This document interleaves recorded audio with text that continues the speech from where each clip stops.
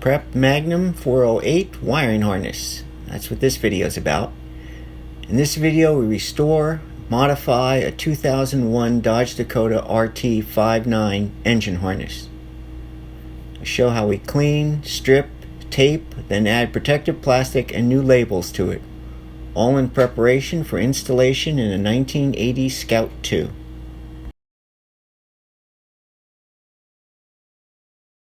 Before we get into the nitty and gritty of redoing it, let's take a quick look at this 20-year-old harness that we pulled out of a 2001 Dakota RT with a Dodge 5.9 Magnum engine. Getting ready to work on the, sorry there'll be cars going by. Getting ready to work on the engine wiring harness, main harness. This is the complete harness. And this back section here is what goes to the transmission and the transfer case. We don't have a transfer case. We didn't have one on our vehicle, so these were plugged up. Come up a little further, and here's the sensor, crank sensor, flywheel sensor.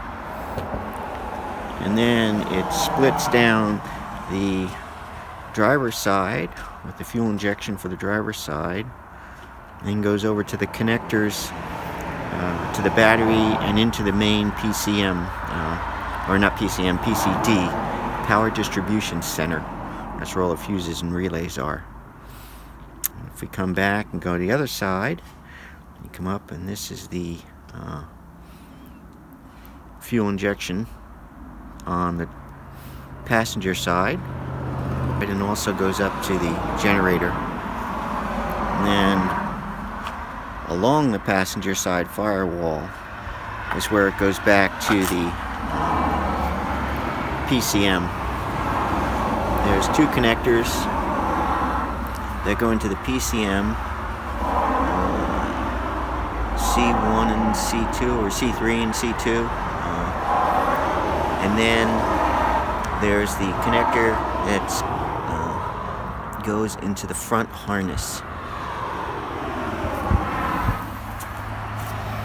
And what we're going to do now is wash this all down, clean it down really good, spray it with brake degreaser, and then we're going to unwrap it and rewrap it.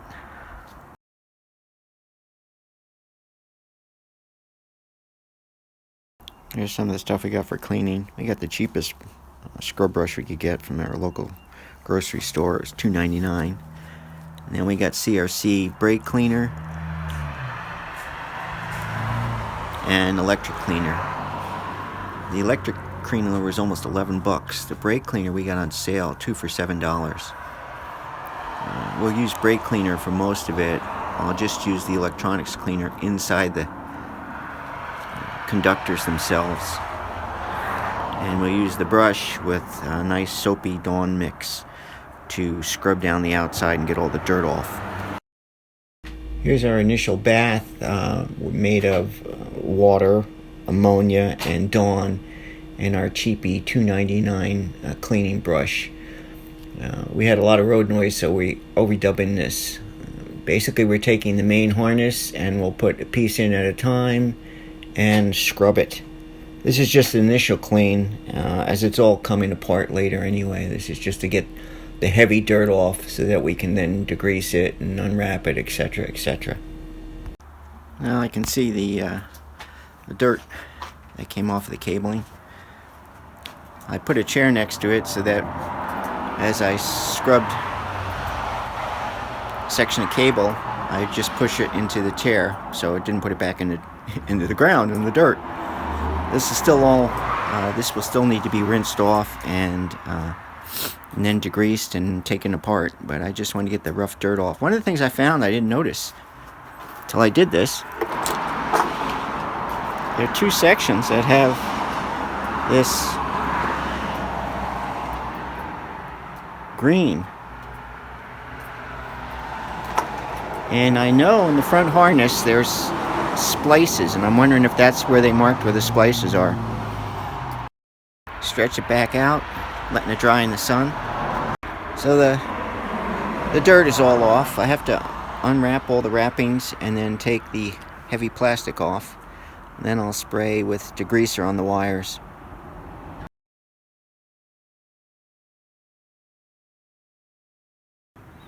Well, this is all of the tape that we pulled off that was around the wiring harness. It'll all be replaced.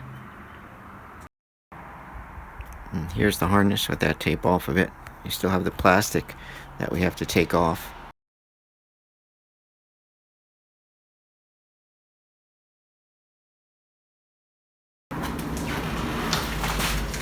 Well, most of the harness appears to be okay. We did find this is the heavy plastic that we're going to be taking off and replacing. We'll take this off and then we'll wrap it with the Tessa, and then we'll put the other harness on. But some cleaning and examining every connector was important. We found two bad areas, or two things I'm really worried about, have to fix, work on. One was the, not as bad, at the one end of the harness. Somebody, looks like, had changed the grounding, and this is just wrapped around. It's not a good connection, plus this, the ground strap itself that bolts onto the engine is broken off, so I'll have to fix that, but that's not a big deal. I think this was somebody added something else, so I'll take that off. But the more important one is for the transmission. Let me get to that.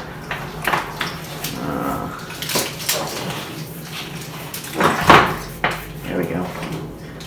This is the range selector, and this was covered with grease, and I wouldn't have noticed it if I hadn't looked hard or if I hadn't cleaned it. But right here is bare exposed wire, and I also noticed that when I peeled this back, these wires seem to be stuck together like heat had.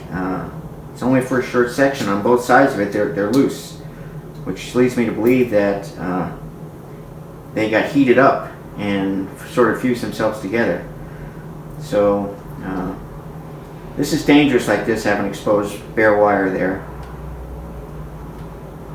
So we'll have to do these. I think there's enough that I can just recrimp it. If not, I'll put some solder over that and shrink it, heat shrink it, but definitely have to fix this.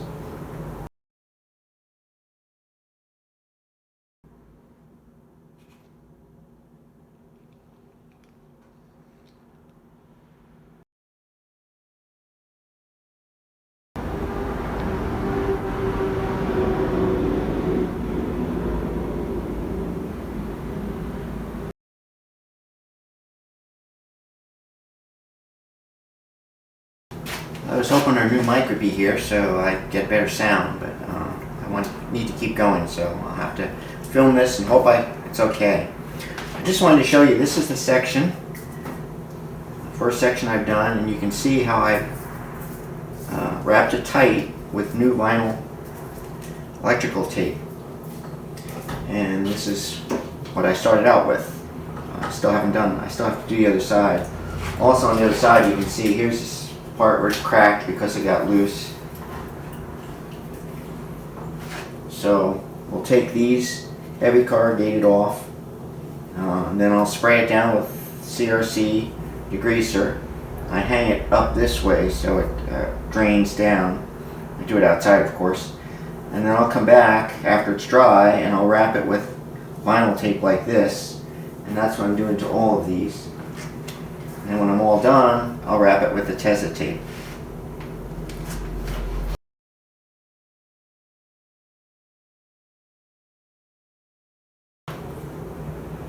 We've started taping off our harness. All of it's been exposed and washed and cleaned, and so now we're taping it up with the Tessa tape. The secret what you want to do with the Tessa tape when you first start it is to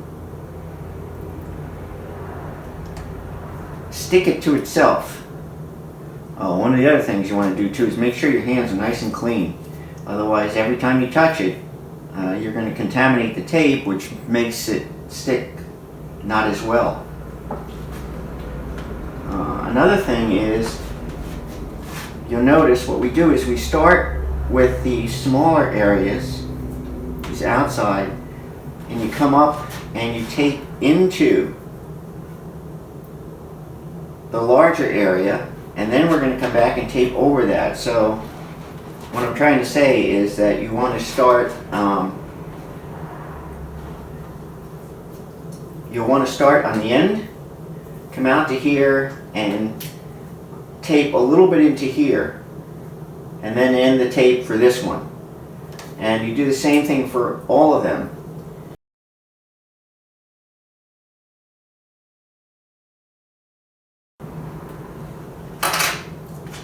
So we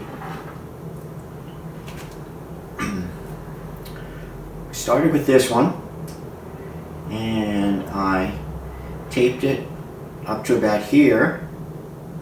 Then I started this one and came down and taped around and over that and came up to here, and I left the end here. And on this one I came in and left an end in here, and here I started and came in and left an end in here. And each time when I come with an end, I'm going around in the others, the previous ones, and wrapping some more. Same thing here, got this one. This is the last one I did. It comes around and comes around here a couple times. I've got two more that I'll wrap and come up to here. Come up to here. Then I'll start a new tape here, go backwards this way to enclose all these so that we're keeping stuff from going inside, and then go forward the rest of the way up to here. First I'll have to do this one so there's an end here. Then go all the way up to here. Here's a close-up so you can see how one goes underneath, this one goes underneath. This was the last one I wrapped, and it's going around the outside.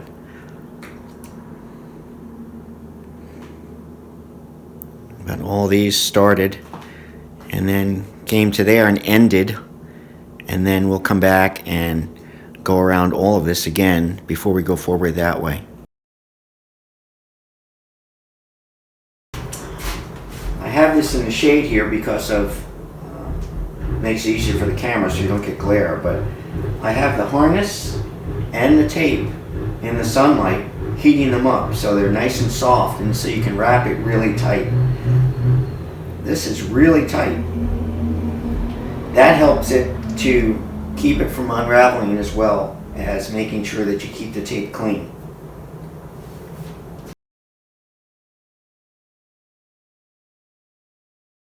Before we could wire this one, tape this one up, I had to fix a wire. This was on the transmission. It's really important. And I mentioned that these wires I had separate. I think it heated up once because this was exposed and may have ground it out. So I need to cover this. I don't want to cut the wire.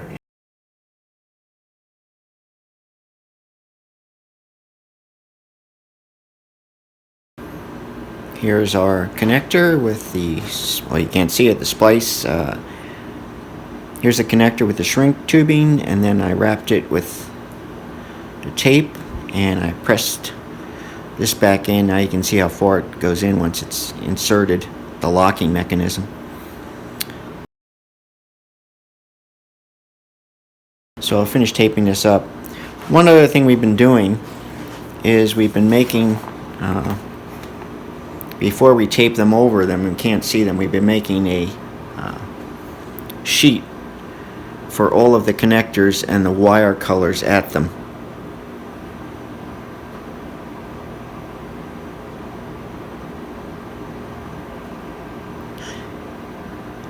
And we did this because even though the manual has them listed as what the colors are, just in case they're not the same, we wanted to have a sheet that we can cross-reference to the PDF file we're making of all the connectors that are on the harness, the color codes, and what they go to.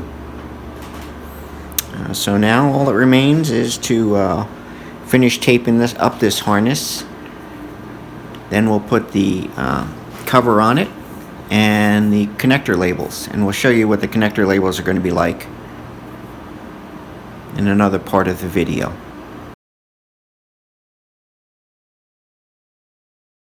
Quite happy, finished taping the harness.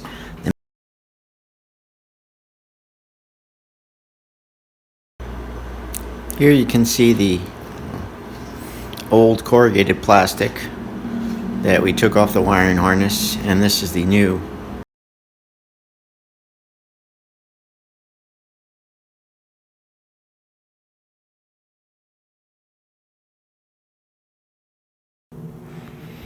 We're making progress in rewiring or reconditioning the wiring harness. Here's the tape that we put on, the special tape. Here's a piece that has the shielding on it as well. And then on the ends of the shielding, we put Dorman plastic tie wraps. Help keep it closed, and the very ends to help protect them from fraying. But looking good so far. We have the big sections to do, but we've done all of the smaller outlet pieces. Here you can see. And this is a very good protectant. This is a very good protectant. And the tape by itself is sufficient, but we add this layer.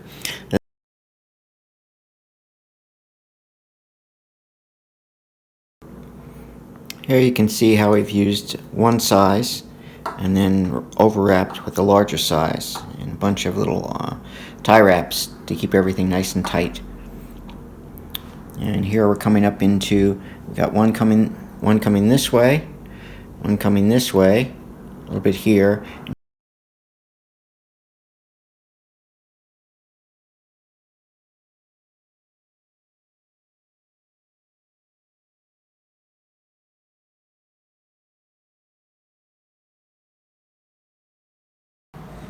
This is what the printed labels look like. We actually added a third row. We're adding a third row, and we'll print them out with a third row. But to make sure that they lined up properly, we first printed them on a piece of paper.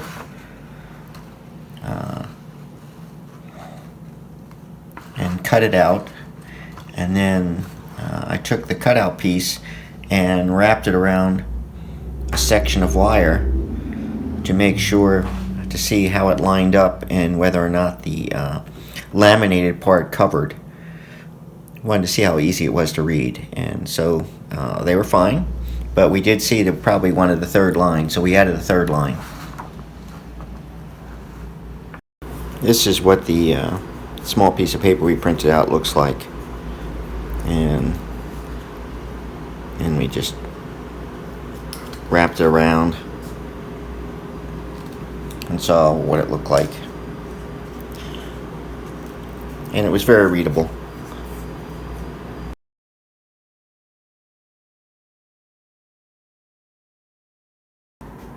It's time to start putting the labels on the connectors.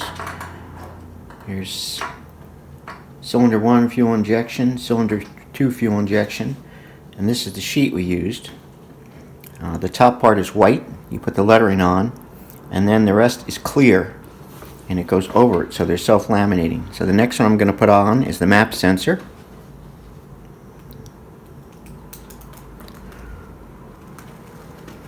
There you can see the clear part.